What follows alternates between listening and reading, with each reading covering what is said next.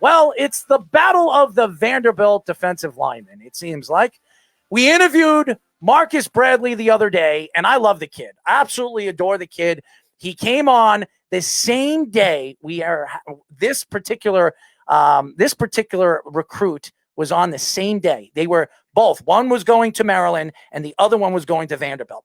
All of a sudden, our social media manager, Jillian, reaches out to me the other day and says, guess where Marcus Bradley's going? And I said, where is he going?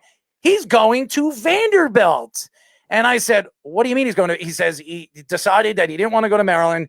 He's transferring to Vanderbilt, which is very, very interesting. And then when I came into this studio, Speedy says, you know why he's going to Vanderbilt?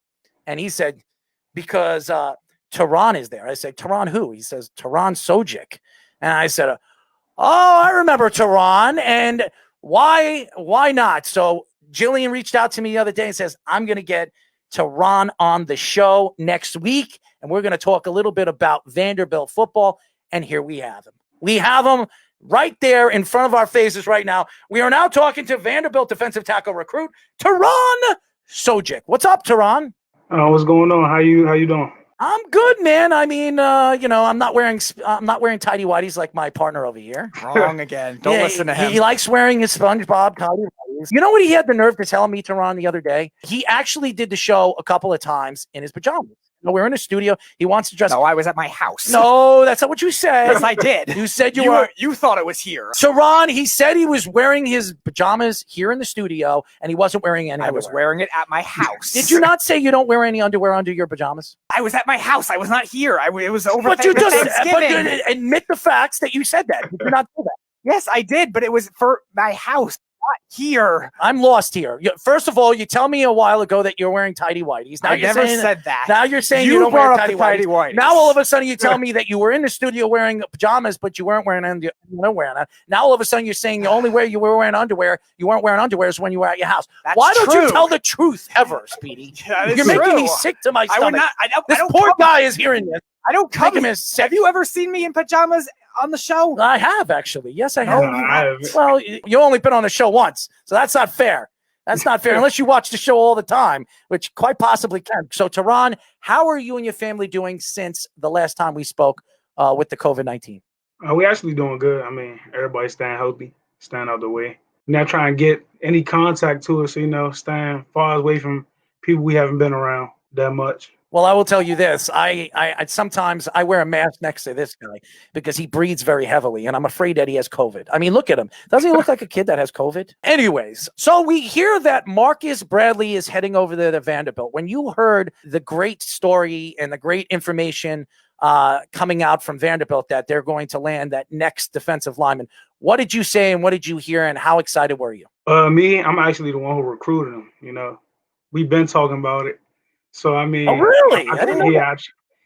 I trained with Marcus and all that. Like, we friends. We friends. So, we've been planning on doing it, but he actually gave in. So now he with us. I actually was already excited about it, talking to him before he actually committed. So you heard it here, guys. Terion Sugick practically robbed Marcus Bradley from Maryland. Okay. So he stole Marcus Bradley from Maryland. So now you heard it. So when these two guys go to the NFL in their first round draft picks and they're drafted 1 and 2 or 3 and 4, we all will remember that Mr. Sugick found his way on drawing one of these top defensive linemen to come his way. So there you go. Everybody knows it. It's the inside joke, the inside information. Mr. Sugick is the one that pulled this off. What were some of your impressions of him just as a teammate and as a player and just as a person in general when you first met him? I mean, you want to know who you playing with, you know what I'm saying? Like, you don't want to play with somebody who don't go hard, don't work hard. But me and him, we train together. So I got like basically an overview on him because we work out together and, we actually played against each other before when he was at DeMatha. And actually we became friends, like just off training together and stuff like that. So, I mean, why wouldn't it be cool having a friend at a school that you're going to, playing with you, playing beside you at that, and had the opportunity to play early and we both could rec conference together? You definitely will in the SEC, and you'll have the opportunity to really shut Mr. Bama up because I can't stand Nick Saban. I can't stand them. All right. I grew up a Florida State fan. And even though Florida State Seminoles are absolutely horrendous, and I'm hoping that we can see some good times instead of bad times. I can't stand over the years just watching Bama, Nick Saban going there, and Bama was not good until Saban went there. I mean, they had those cold years where for like 5 or 6 years they were just horrendous. Yeah, once Bear Bryant left. Yes, they were absolutely horrendous. And then they had Nick Saban, and this team can't. I mean, they keep going to the national title game. Thank God Clemson has stepped in the way and knocked away 2 championships from them, or they would have had back-to-back championships. So when you look at the SEC right now, what team stands out to you the most, and what team do you want to play the most, and what team you want to kick the living daylights out of? I mean, the team you see like on TV the most, I say this year was Bama. It was actually 3 teams: Bama, A&M, and Florida. That was the top 3 teams in the SEC this year. So, I want to play all 3 of those schools. I actually got people, former teammates from my high school. They play on 2 of those teams. Well, actually, about to be 3, because another one of my friends is committed to Alabama. But I want to play all 3 schools. I mean, I got a feeling that this class we bringing in, we could flip the program. It'll be good. Interestingly, Vanderbilt's head coach Derek Mason just got fired after an 0-8 start to this season, I think 2 weeks ago. And I'm assuming he was the one involved in your recruiting process directly as a coach. So what were your thoughts of him as a coach, as a recruiter? And do you think that he can maybe get a job somewhere else? Do you think he could possibly come back if he can't find anything else, maybe as a defensive coordinator or something like that? What were your impressions of him? Well, actually, I think he's a great guy. He actually a great guy. He cared more about his players than anything else. I mean, it's not just about football with him. It's about the players' well-being. So, I mean, of course, you got a coach like that. Of course, you won't going to want to commit under him. I mean, when we found out he got fired, I mean, everybody was shocked. But I mean, it happened in a game of football. I mean, don't get too stuck on a coach. They move around. It's a business. So, I mean, I was shocked at first, but I kind of got over it. I mean, he was a key part of my recruitment, but I also got a strong bond with Coach Hay. As you guys know, we were talking to Vanderbilt defensive tackle recruit Terion Sugick. Now, Terion, Carl Falk, one of our fans, wanted me to ask you, what are your thoughts with the Vanderbilt female kicker? Are you surprised finally that the NCAA has a woman playing men's football? I mean, no. I think it's a good idea. I mean, you might as well make history. I mean, it's a good thing. I mean, you can't be like that. I mean, I like it. I liked it. As long as she don't get hurt. I mean, that's the only thing. I just don't think it's a good idea, but if she don't get hurt, I think it's a good idea. I mean, just do it. Did you ever see Necessary Roughness? You ever see the movie? Yeah, I seen it. And the woman kicker, and she was a model. She was a model. Yeah. So, and I do believe that. I do believe that certain positions, as long as the woman doesn't get hit or she doesn't get killed, women are just as athletic as men, and I think it makes sense. Why not? Why can't a woman play college football with men? I absolutely believe they can. I just hope that you don't put them on the line of scrimmage and you're going to kill them. So we don't want to see that. So staying on the, could you see something like a different position where it's not a special teams play, like a kicker or punter? Because we've seen it in Division II already. There was a safety there. I'm drawing a blank on her name off the top of my head. Got a scholarship from, I think it was Detroit Mercyhurst. I think her name was Tony Harris. So could you see it where they could have it on a different position, whether it's in a Power 5 conference or even just throughout Division I football? No. The only reason I say that is because college football, they all applying for the same thing. Well, most people, they trying to go to the next level. Mm-hmm. And if a girl on the field, I know me, if a girl on the field lined up against me at O-line, every chance I get, I'm going to abuse her. I mean, she wanted to play the sport, so you shouldn't do nothing like that. Like a girl that running back, her helmet might come off every play. It's not the smartest idea. It's not. I think the positions that don't get touched the most, that's the positions they should go with. If they do, let it continue to happen. I agree with you. I would not put a girl in a position where she can get hurt. I mean, a man is 60 times, 50 times stronger than a woman. And It doesn't matter how big and strong she is. A man is just that much stronger. As you guys know, we are talking to Vanderbilt defensive tackle recruit Terion Sugick. I mean, I should be the broadcaster. I should be the guy announcing you when you're coming out under the trust. I should be the guy. Well, you pronounce my name Sugick. So like, so yeah, So basically like SUE dash GICK. So Sugick. That's how you pronounce it. I mean, it's hard to pronounce it. My whole life couldn't nobody pronounce it. Yeah. Hold on. I'm going to help you out right here. We are talking to Vanderbilt defensive tackle recruit Terion Sugick.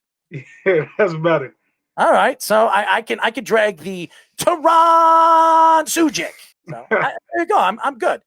So Terion, we're looking at Vanderbilt this season, and obviously everything that's happened this season, the coach firing, it hasn't been a good season for Vanderbilt. Now you're going into next year. You, Marcus, are going to be there. You're going to be a duo over there in the middle of the defensive line. You guys are going to cause havoc.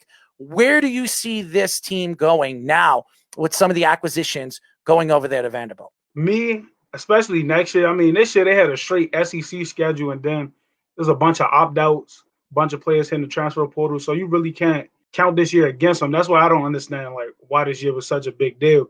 Because, you know, COVID, most players don't want to play because they don't want to bring it home to their families when they visit. But I think next year, I mean, overall, I think we should have definitely have a better season. If me, personally, the schedule I've seen, I think we should have a positive record, especially with all the talent that we bringing in. Even though we're going to be young, there's a lot of guys that's hungry to get on the field early and play. Well, speaking of hungry, again, one of our fans says, what is your favorite snack to eat? Me? Yeah, I like Rice Krispie treats. That's right. I remember that. Rice Krispie treats. Yeah. You know, I like Rice Krispie treats too, especially when they have the different flavors in it. They have these like the new ones now. You have strawberry taste to it. You got some blueberry taste to it. I like those. I mean, the plain ones, they kind of like, I'm not a big Rice Krispie fan when it came to when I was a kid. I was more like a Fruity Pebbles fan. You know, they have the Fruity Pebbles treats. You ever have those? Yeah, nah, I didn't have those. I mean, I had the cereal. Oh, you gotta try the Fruity Pebble treats. You'll like those. If you like Fruity Pebbles, you'll love Fruity Pebble treats. So there's a narrative that's going around. A lot of college football analysts, including one of our hosts who does a show. He did a show today. He does a show in the morning, that the narrative of SEC defense being this big powerhouse in college football is going away. As a defensive player yourself, and obviously probably following a lot of SEC football, do you think that is the case this year or even in previous years? Or do you think it maybe just because the offensive players are just getting that much better too? Me, I mean, like, now I think it's just like more like offensive like players that's good. You know, I mean, defense always been good. Defense is always going to be good.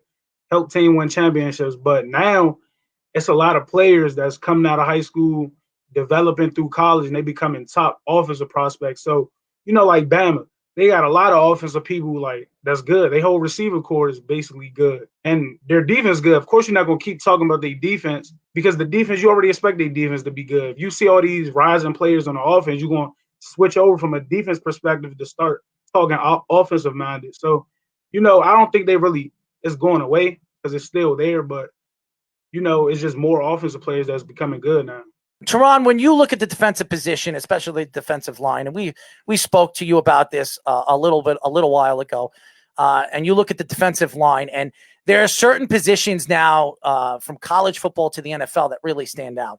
And there are two positions that really stand out to me that a lot of people don't talk about: the nose tackle position and the defensive tackle position. When you look at the game of college football to the NFL, is there one particular position at the defensive line that stands out to you where the transition from going to college football to the NFL, which position really stands out to you the most? Me, I think it's the new generation of defensive tackles. You know, like it's defensive tackle nowadays, including myself, that can play multiple positions on the D line. So they will take a versatile defensive tackle before they take anybody. You know, just like Aaron Donald, he started off as a defensive tackle, but now they use him as a right end because how he is. I mean, now I think it's the D tackles. You know, they talk about them a lot. It's a lot of them getting drafted each year because teams need those. Like you need rotational players because you can't just have two. You're going to need multiple because we in the trenches, we in the middle of everything. So you might get rolled up on. Defensive tackle might be out this week. You're going to need somebody else to step up. So, I mean, I think defensive tackles, like that's they highlight right now. Well, defensive line in general, but D tackles are getting the most exposure right now.